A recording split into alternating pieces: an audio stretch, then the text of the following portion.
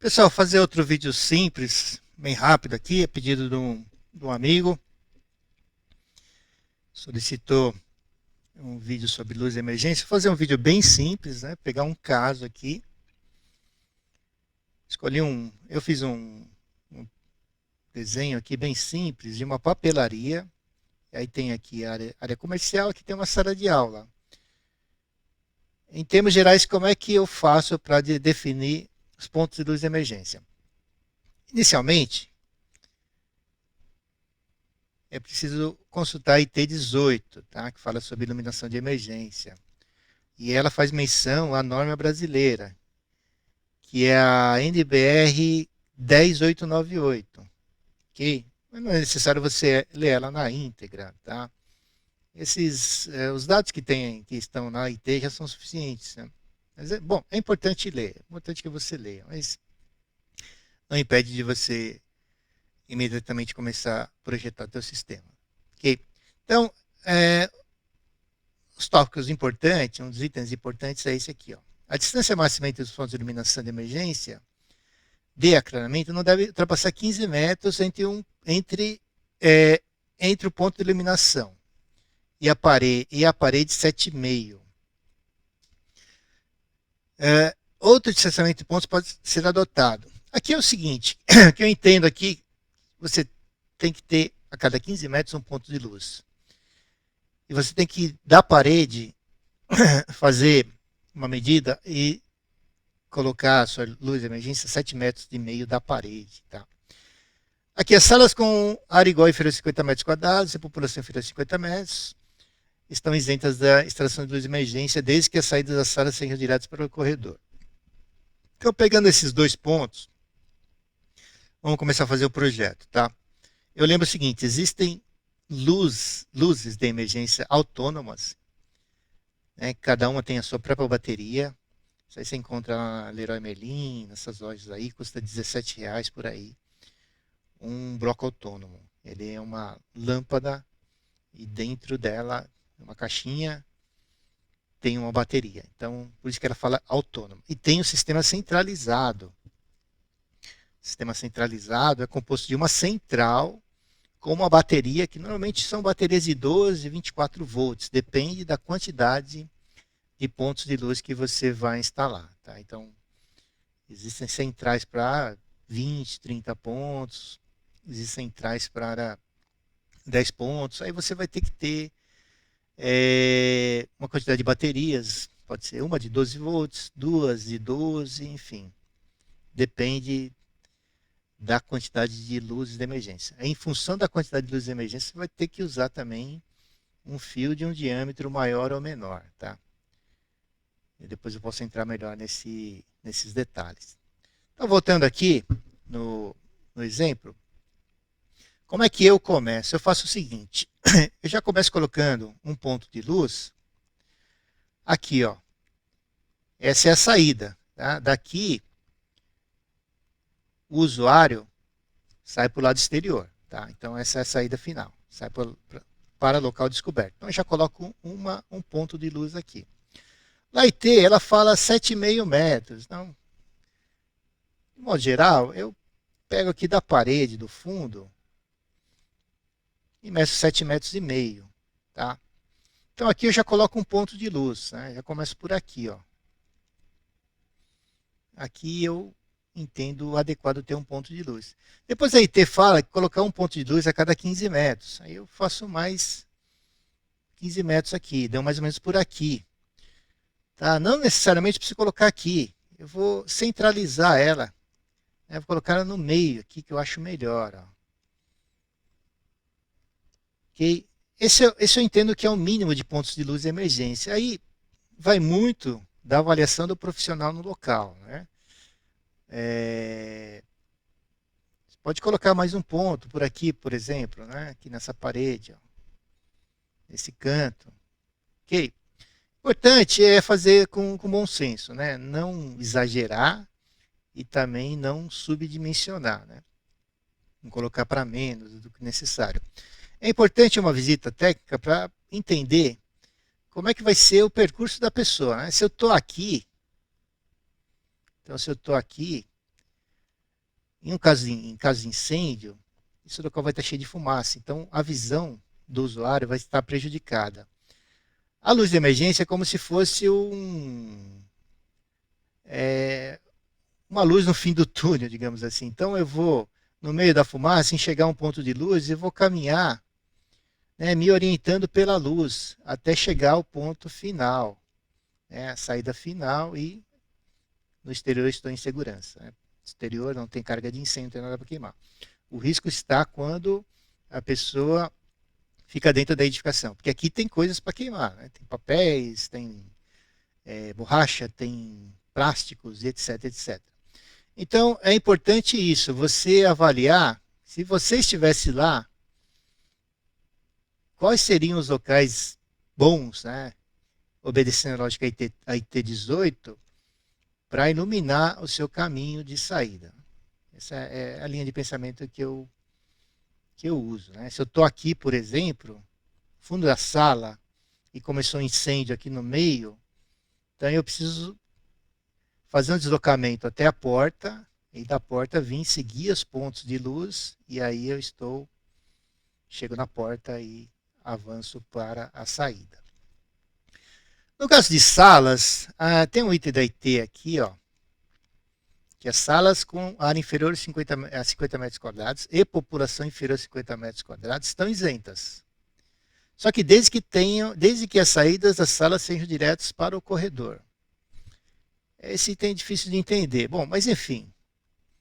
Aqui não tem corredor, mas tem uma saída direta. Bom, se não tem corredor, imediatamente eu entendo que precisa de um ponto de luz aqui. Okay? Mas eu posso também, em outros casos, calcular a população dessa sala de aula. Então, venho aqui, primeiro passo. Esse comando aqui, inquire, área, e aí vou medir a área dessa sala. 55,98. 56 metros quadrados. Então, essa área, desculpe, essa sala de aula tem 56 metros quadrados.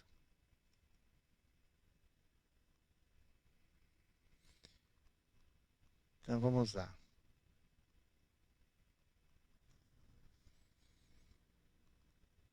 Aqui tem uma área de 56 metros quadrados, ok? Aí, para saber a população, é necessário consultar a IT Instrução Técnica 11. Aqui na 11, rapidamente, eu já fiz um vídeo a respeito, vamos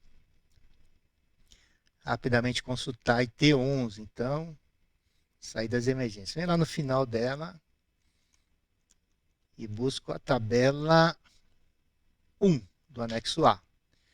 Então, sala de aula é o grupo E, eu vou entender aqui que é a divisão E1, posso entender aqui que é uma sala de aula para curso de artesanatos, enfim. Então, eu vou considerar 1,5 pessoas, desculpe, uma pessoa por 1,5 metro quadrado de área da sala. Então, o que seria isso, pessoal? Uma pessoa por 1,5 metro de sala de aula. Posso fazer o seguinte, pego a calculadora, então se é uma pessoa, eu divido por 1,5, vou achar 0,66. Aí eu multiplico esse valor pela área, vezes 56. 37 pessoas cabem nessa sala aqui, tá? Então, a lotação da sala é de 37 pessoas, sem considerar um possível layout de cadeira, que é comum, né? Normalmente você tem cadeiras e uma mesa e carteiras, tá? Bom, e é isso. Aí, aqui vai uma luz de emergência porque não está atendendo aqui, não tem saída direta para o corredor. A saída para uma área aberta. Então, coloquei uma luz de emergência. Embora a lotação seja menor que 37 pessoas. Tá? E a simbologia é essa. Tem uma simbologia aqui, que é uma central de luz. né? Vamos supor que você não queira bloco autônomo. Tudo bem, então coloca lá uma central de luz, tá? Em um local visível, de fácil acesso para manutenção, enfim, não pode ficar escondido, né? É uma bateria e essa é a central de luz. Basicamente é isso, pessoal. Depois eu pego mais alguns exemplos, mas a priori é isso aqui, é bem simples mesmo, tá? E aí, qualquer dúvida, eu aconselho a ler a IT 18, que ela fala aqui também dos casos que tem grupo motogerador. Tá? Então, em vez de usar a luz de emergência autônoma ou bateria, o sistema pode ser atendido por um grupo motogerador. Aí nós estamos falando de um motor a combustão, normalmente é diesel, né? Um gerador de energia que, em caso de incêndio, de queda de tensão, corte da energia, vai entrar o grupo motogerador e esse grupo motogerador vai alimentar o sistema de iluminação. As lâmpadas de uso comum. Tá? Só que aqui precisa prestar atenção no seguinte, quando tem gerador, o gerador tem que ser compartimentado, tá? Ele não pode estar desprotegido. O gerador é o seguinte, vamos supor que eu vou usar um gerador, né? Fazer um desenho do gerador aqui. Faz de conta que isso aqui é um gerador.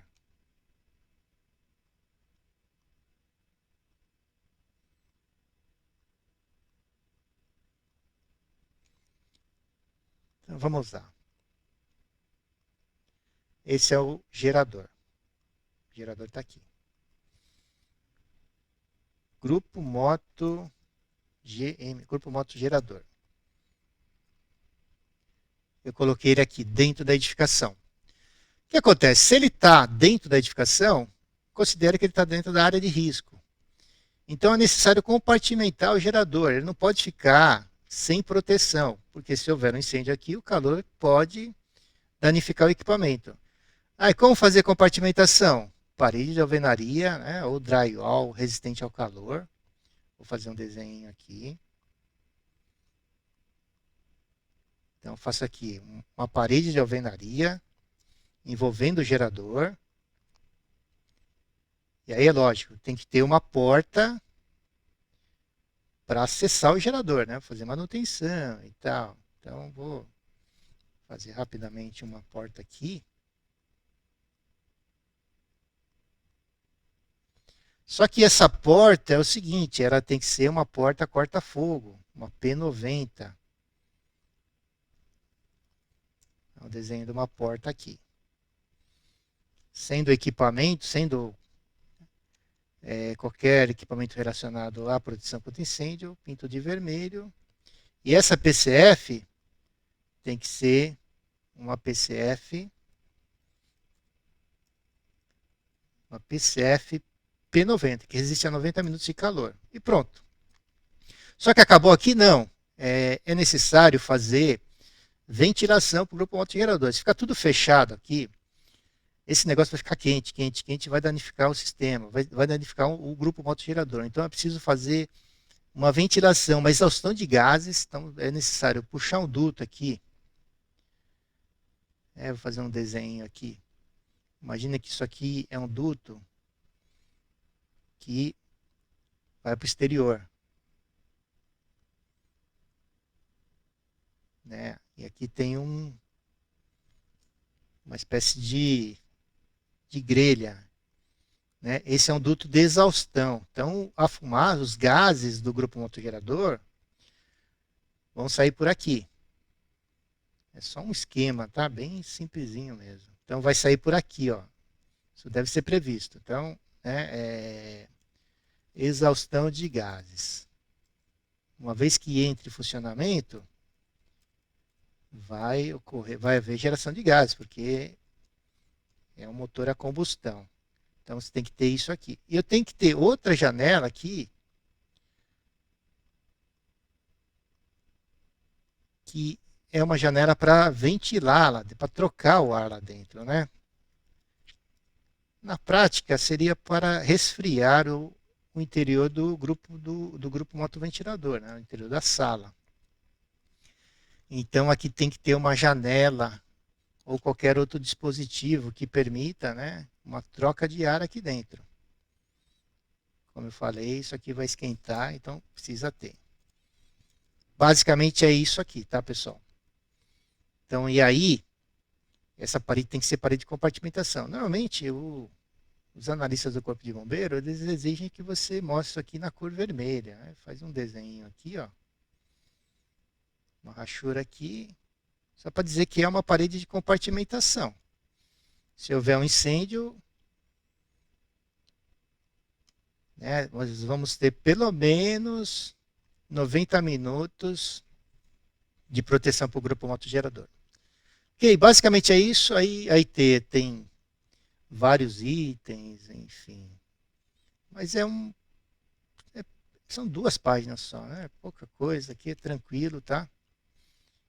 E basicamente é isso, pessoal. Tá? A tomada de ar externo, quando a tomada de ar externo for realizada por meio de duto, esse deve ser construído ou protegido por um material resistente ao fogo, né? Então, se você for usar um duto metálico, tem que revestir o duto. Normalmente utiliza lã de rocha por 2 horas. Se for duto em alvenaria, não é necessário, tá? Então, enfim, basicamente é isso. Uma explicação bem sucinta. Tá? E esse caso aqui é um eu fiz aqui no olho, mas é uma edificação, seria uma edificação, né? Daí da ordem de 582 metros quadrados. Né? Isso aqui nem teria exigência de luz de emergência, porque isso aqui entraria como um CLCB, tá? Um certificado de licenciamento do Corpo de Bombeiros. Mas só para fins de explicação mesmo. Ok? Então, obrigado, pessoal.